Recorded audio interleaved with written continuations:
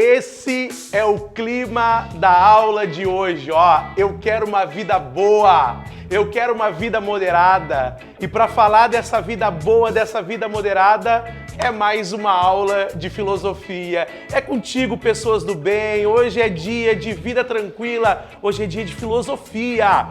Toca a vinheta!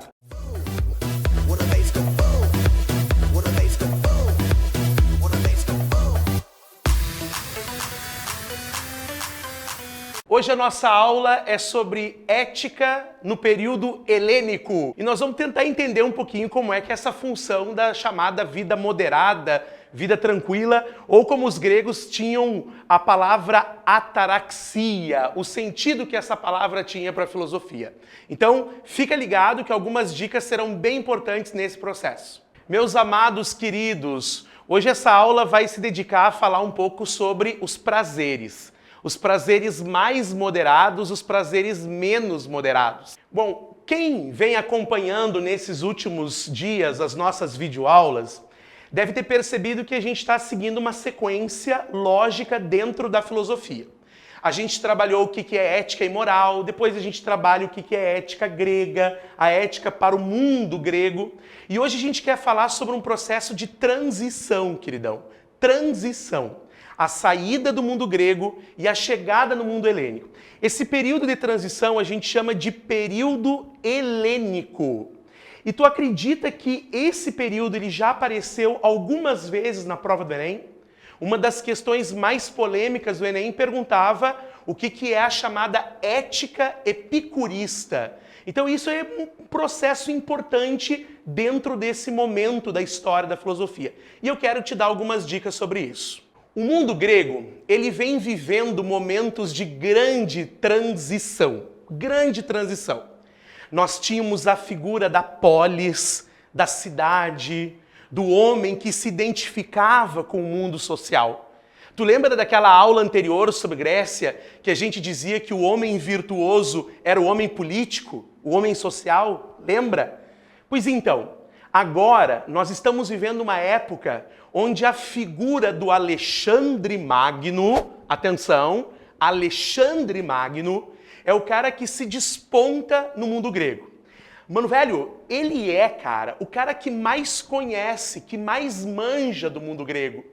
E esse cara começa a provocar uma mudança no perfil e no comportamento do homem grego. Aí tu pode me perguntar, mas gordo, que mudança é essa? Alexandre Magno não era tão ingênuo assim. Alguns até diziam que era Alexandra. Adoro. É bicha. É bicha. Mas o Alexandre Magno que a gente conhece, ele mudou o perfil do homem grego. O homem grego sai daquela identidade da polis e ele passa a se reconhecer como um indivíduo na cosmopolis. Eu sou um cidadão do mundo. Eu sou um cidadão das Alexandrias. Então essa relação entre o homem e a cidade, ela se perde um pouco. E é aí que surgem as chamadas escolas. Começa a aparecer em todo o mundo grego algumas escolas filosóficas que querem trazer para o homem grego um ideal de vida feliz, de vida tranquila, de vida boa. É que quero evitar a fadiga. Essa vida boa, essa vida tranquila, ela é uma vida que os gregos chamavam de ataraxia. Essas palavras difíceis, elas mexem comigo. Elas me incomodam e deve te incomodar também. Por isso que na hora que surge uma palavrinha como essa, é muito importante que tu dê uma grifada. Dá uma sublinhada, queridão, dá uma sublinhada, presta atenção. Ataraxia significa o ideal de uma vida boa, de uma vida tranquila, de uma vida feliz, sem incomodações, sem estresse. E aí, cada escola grega tem uma resposta para essa vida boa, para essa vida tranquila. A primeira delas é os epicuristas. Os epicuristas são constituídos dentro desse período como os primeiros hedonistas. Essas palavras mais complexas, como epicurismo e hedonismo, são palavras que estão associadas intimamente à ideia de prazer. Por isso que os epicuristas achavam que o homem deveria buscar o prazer em elementos que fossem mais moderados, mais controlados. Por isso que eles negavam toda e qualquer influência dos deuses, das experiências espirituais ou místicas. Quanto mais moderado, quanto mais controlado, quanto mais racional você for, mais prazer você terá. A segunda escola helênica chama-se estoicismo, ou também chamado de estoico. Os caras receberam esse nome, queridão, por causa dos estoá, né? Que são os pórticos do mundo grego. Era onde eles se reuniam. E eles tinham um ideal muito interessante, que para alguns é válido, para outros nem tanto. Eles acreditavam que a vida feliz, a vida ataráxica, se encontrava na apatia, nessa situação de total indiferença frente ao mundo. E essa indiferença estava do não se comprometer. Hoje em dia a gente fala muito daquela expressão, eu lavo as minhas mãos para isso. Eu não quero me meter. Os estoicos tinham um pouco desse ideal. A terceira escola helênica é conhecida por uma palavra que faz parte do nosso vocabulário. Cinismo. E aí tu vai me perguntar assim, gordo, tem a ver com pessoa cínica, com pessoa debochada?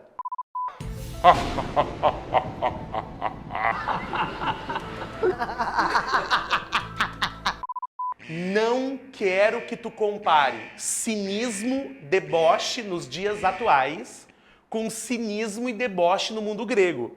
Não faz essa confusão, tá, meu amor? Não faz. O cinismo acreditava que a vida feliz, a vida boa, ela estava no total desprendimento das coisas do mundo.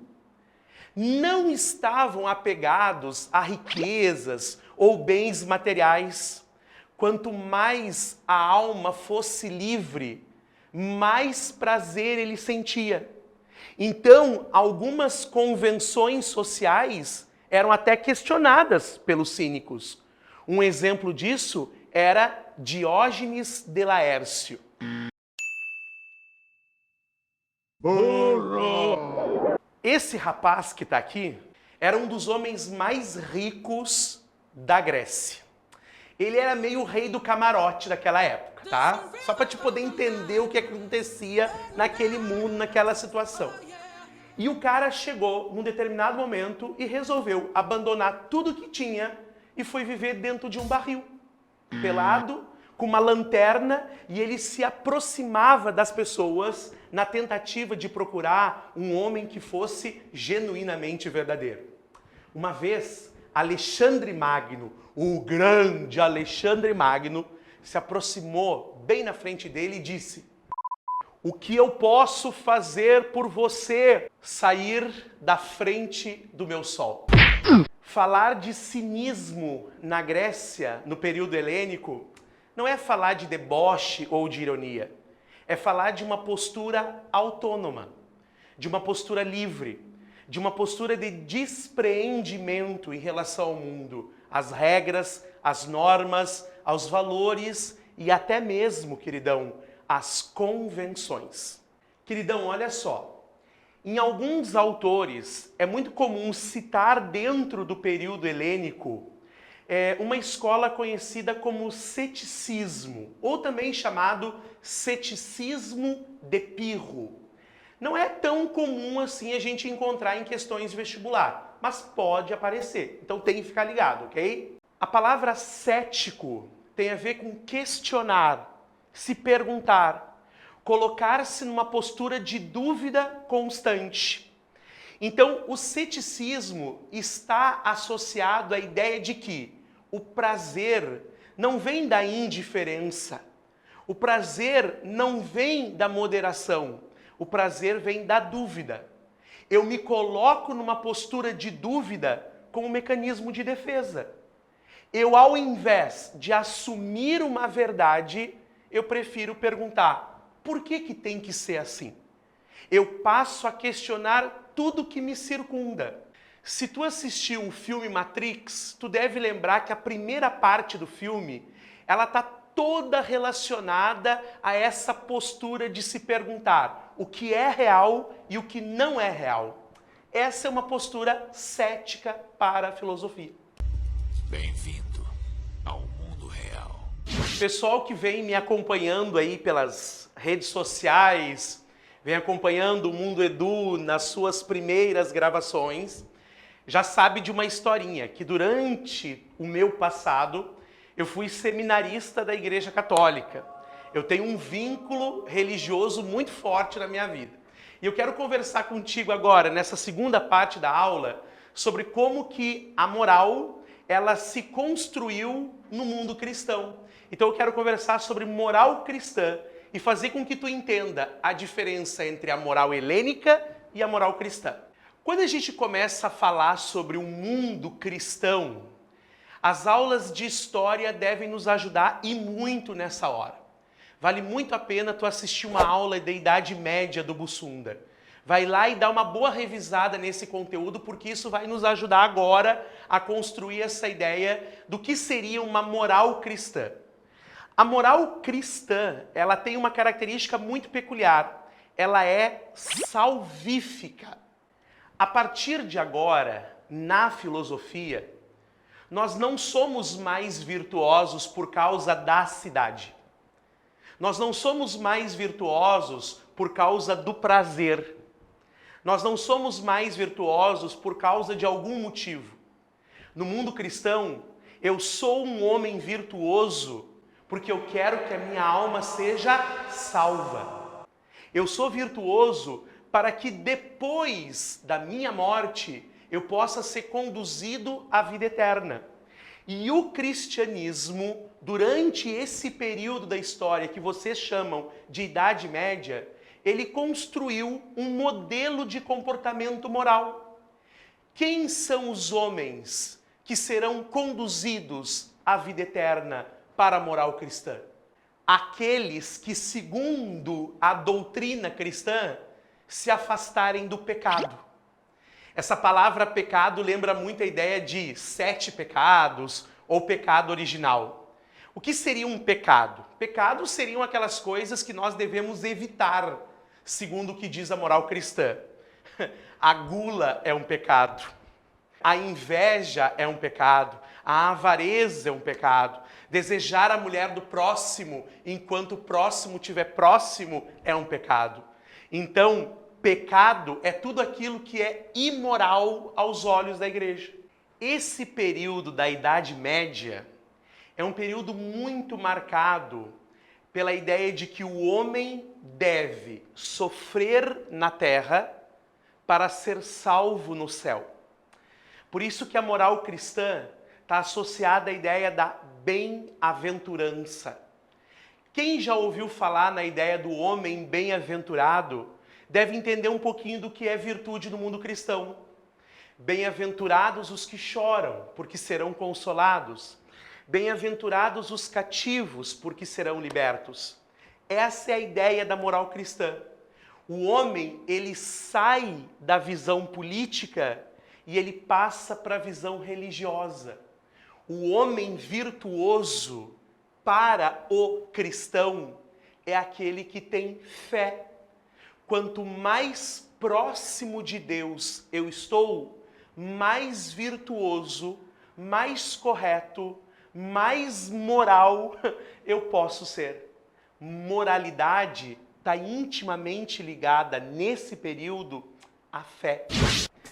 E aí, meus amores, e aí, pessoas do bem, vocês conseguiram perceber essa infinidade de coisas que nós dissemos hoje nessa nossa aula? Hoje a gente começou a falar lá da moral helênica, a gente falou de uma vida tranquila, nós começamos no mundo do reggae, e a gente foi parar a aula de hoje, queridão, no mundo cristão. Olha, a gente foi lá para o mundo da igreja. Por isso que essas associações, elas são muito importantes na hora da prova. Não estuda filosofia sozinho. Pede ajuda para a história, pede ajuda na sociologia, pede ajuda lá na literatura. E tudo que a gente falou durante a aula de hoje, se tu achar legal, coloca na redação. Faz uma referência na redação, a Dani vai amar se tu fizer essas interconexões. Filosofia, redação, história, geografia. Quero deixar um super beijo para todo mundo. Quero deixar claro que no nosso próximo encontro nós ainda vamos reafirmar um pouco mais sobre essas questões da moral. E agora, queridão, volta para os teus cadernos e vamos conquistar o topo do Enem. Um super beijo e até a próxima!